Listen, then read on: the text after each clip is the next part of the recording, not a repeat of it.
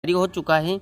क्या है आदेश में समान पात्रता परीक्षा सीईटी की पूरी जानकारी मैं आपको इस वीडियो में देने वाला हूं, तो आप वीडियो को अंत तक देखें। और अभी तक आपने हमारे चैनल को सब्सक्राइब नहीं किया तो चैनल को सब्सक्राइब करें, बेल आइकन प्रेस करें ताकि आपको ऐसी ही जानकारी हमारे चैनल पर मिल सके। तो शुरू करते हैं।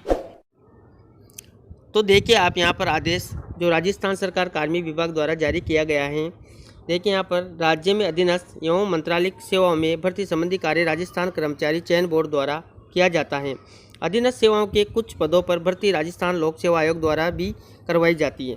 कभी कभी नियोक्ता प्राधिकारी द्वारा अधीनस्थ एवं मंत्रालयिक सेवाओं के पदों पर स्वयं के स्तर पर अथवा किसी अन्य भर्ती संस्था के माध्यम से भी भर्ती की जाती है। इन पदों पर भर्ती हेतु इच्छुक अभ्यर्थियों को विभिन्न संस्थाओं द्वारा आयोजित भर्ती में प्रत्येक पद के लिए पृथक पृथक एवं कई बार आवेदन करना एवं परीक्षा प्रक्रिया में शामिल होना पड़ता है। राजकीय सेवाओं में विभिन्न पदों की भर्ती के लिए अभ्यर्थियों द्वारा बार बार आवेदन करने, परीक्षा में सम्मिलित होने, आवेदन शुल्क एवं परीक्षा हेतु यात्रा के व्यय तथा भर्ती संस्थाओं द्वारा लाखों अभ्यर्थियों की अलग अलग पद हेतु पृथक पृथक परीक्षा आयोजित करने से होने वाले समय, श्रम और व्यय को कम करने के उद्देश्य से राज्य सरकार द्वारा सभी अधीनस्थ एवं मंत्रालयिक सेवाओं के गैर तकनीकी पदों पर भर्ती के लिए एक समान पात्रता परीक्षा सीईटी आयोजित किए जाने का निर्णय लिया गया है।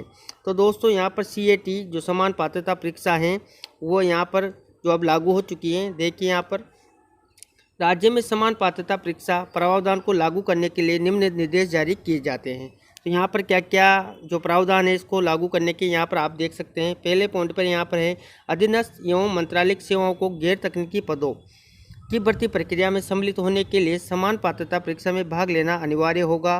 किसी भी अभ्यर्थी को अन्यथा पात्र होने पर इस परीक्षा में अर्जित अंकों के आधार पर ही किसी पद की भर्ती हेतु आयोजित की जाने वाली प्रतियोगी परीक्षा में भाग लेने हेतु पात्र माना जाएगा। तो यहाँ पर आप जब समान पात्रता परीक्षा दोगे तो उसमें जो अर्जित अंक होंगे उसी के आधार पर आप जो भर्ती में पात्र होंगे। इसके बाद यहाँ पर है नंबर 2 पर स्नातक एवं उच्च माध्यमिक शैक्षणिक योग्यता के आधार पर अनुसूची 1-2 में उल्लेखित पदों के लिए पृथक पृथक समान पात्रता जो परीक्षा है वो आयोजित की जाएगी। तो यहाँ पर ग्रेजुएट और उच्च माध्यमिक के लिए अलग अलग जो समान पात्रता परीक्षा है वो आयोजित की जाएगी। यहाँ पर देख सकते हैं आप समान पात्रता परीक्षा का आयोजन राजस्थान कर्मचारी चयन बोर्ड RSSB द्वारा किया जाएगा। बोर्ड द्वारा इस परीक्षा का आयोजन सामान्यतः वर्ष में एक बार किया जाएगा। तो यहाँ पर वो एक वर्ष में एक बार इसका आयोजन किया जाएगा। समान पात्रता परीक्षा एक चरणीय बहुविकल्पीय प्रश्न पत्र पर आधारित परीक्षा होगी।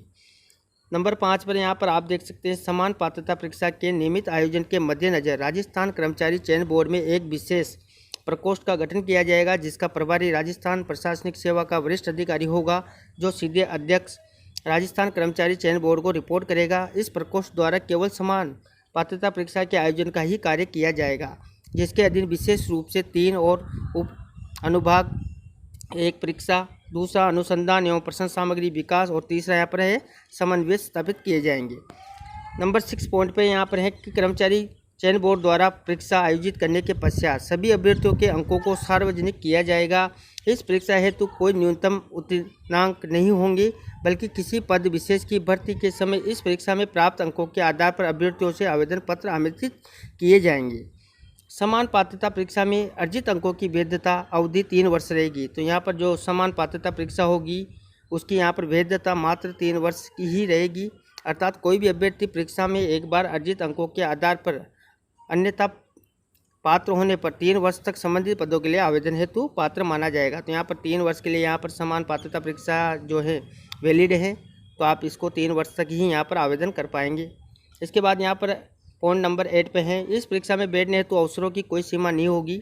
आयु संबंधी और अन्य पात्रता के आधार पर कोई भी अभ्यर्थी अपनी रैंकिंग अंक सुधार हेतु कितनी ही बार समान पात्रता परीक्षा में भाग ले सकता है तथा जिस अवसर में अधिक अंक अर्जित करेगा उसे पात्रता हेतु गिना जाएगा। तो आप यहाँ पर कितनी भी बार जो है पात्रता परीक्षा दे सकते हैं अपनी सुधार हेतु। पॉइंट नंबर 9 समान पात्रता परीक्षा के लिए आयु एवं अन्य मापदंडों के संबंध में राज्य में प्रचलित आरक्षण प्रावधान लागू होंगे। समान पात्रता परीक्षा केवल एक पात्रता परीक्षा होगी तथा इस परीक्षा में अर्जित अंकों को किसी भी पद के अंतिम चयन के लिए गणना में शामिल नहीं किया जाएगा, अर्थात केवल इस परीक्षा में शामिल होने अथवा उच्च अंक प्राप्त करने पर किसी भी अभ्यर्थी को किसी भी पद पर चयन के संबंध में कोई अधिकार नहीं मिलेगा। यहाँ पर देख सकते हैं आप, राजस्थान कर्मचारी चयन बोर्ड द्वारा एक बारीय पंजीयन की ऐसी व्यवस्था विकसित की जाएगी जिससे न केवल समान पात्रता परीक्षा बल्कि इस परीक्षा के आधार पर किसी भी पद पर भर्ती के लिए अभ्यर्थियों को बार बार आवेदन नहीं करना पड़े तथा एक बारीय पंजीयन के आधार पर सर्जित यूनिक पहचान संख्या के माध्यम से आवेदन संभव हो सके। एक बारीय पंजीयन की व्यवस्था के संबंध में राजस्थान लोक सेवा आयोग, राजस्थान कर्मचारी चयन बोर्ड एवं सभी नियोक्ता अधिकारियों अन्य भर्ती एजेंसियों के मध्य समन्वय द्वारा इसे इस रूप में विकसित किया जाएगा कि किसी भी अभ्यर्थी द्वारा न केवल कर्मचारी चयन बोर्ड बल्कि राज्य में किसी भी भर्ती संस्था द्वारा किसी भी पद की भर्ती के लिए इसे काम में लिया जा सके, जिससे कि भर्ती हेतु आवेदन और आवेदन पत्रों की प्रारंभिक समीक्षा का कार्य न्यूनतम हो सके। यहाँ पर संलग्न अनुसूचियों में वर्णित पदों की भर्ती में समान पात्रता परीक्षा CET का प्रावधान संबंधित सेवा नियमों में करने एवं इसके नियम बनाने का कार्य कार्मिक विभाग द्वारा किया जाएगा, जिसके पश्चात ही समान पात्रता परीक्षा का आयोजन किया जाएगा। समान पात्रता परीक्षा संबंधी प्रावधान पहले से विज्ञापित पदों की भर्तियों पर लागू नहीं होगा। तो यहाँ पर जो भर्तियाँ जो विज्ञापन जारी हो चुके हैं उन पर ये समान पात्रता परीक्षा का प्रावधान लागू नहीं होगा। पहले से प्रक्रियाधीन विज्ञापित सभी भर्तियों पूर्व निर्धारित प्रक्रिया या कार्यक्रम अनुसार ही जारी रहेगी।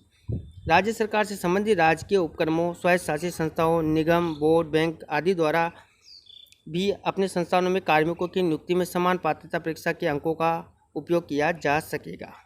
इसके बाद आप यहाँ पर नीचे देख सकते हैं, यहाँ पर जो सूची है, सूची 1 शेड्यूल 1 CET द्वारा जो ग्रेजुएट लेवल के हैं उनके लिए यहाँ पर कौन कौन सी भर्तियाँ हैं देखिए।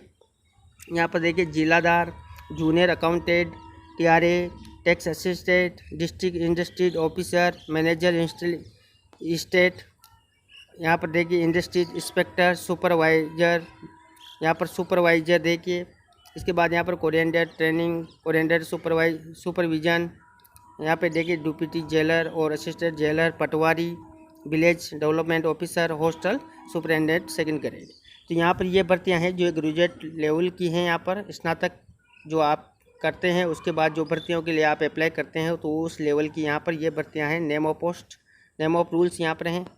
इसके बाद यहाँ पर देखिए सीनियर सेकेंडरी लेवल की जो भर्तियाँ हैं तो इसमें CET for senior secondary levels. तो यहाँ पर देख सकते हैं आप नेम ऑफ रूल्स, भर्तियों के जो रूल्स हैं और नेम ऑफ पोस्ट। तो यहाँ देखिए laboratory incharge, forester, hostel superintendent, clerk grade second, junior assistant clerk grade second और LDC और जमादार ग्रेड सेकंड। इन भर्तियों में जो समान पात्रता परीक्षा यहाँ पर लागू हो सकेगी। तो इनके लिए यहाँ पर जो स्नातक लेवल के लिए अलग पर समान पात्रता परीक्षा होगी और यहाँ पर जो सीनियर सेकेंडरी है उसकी लेवल की यहाँ पर अलग समान पात्रता परीक्षा होगी। तो साथियों, आपको हमारी जानकारी कैसी लगी? जानकारी अच्छी लगी तो लाइक शेयर करें और अभी तक आपने हमारे चैनल को सब्सक्राइब नहीं किया तो चैनल को सब्सक्राइब करें, बेल आइकन प्रेस करें ताकि आपको हमारे चैनल पर आने वाले ऐसे ही वीडियो का नोटिफिकेशन समय पर मिल सके और आपको जानकारी मिल सके। धन्यवाद दोस्तों, फिर मिलते हैं नई वीडियो में नई जानकारी के साथ। तब तक के लिए जय हिंद।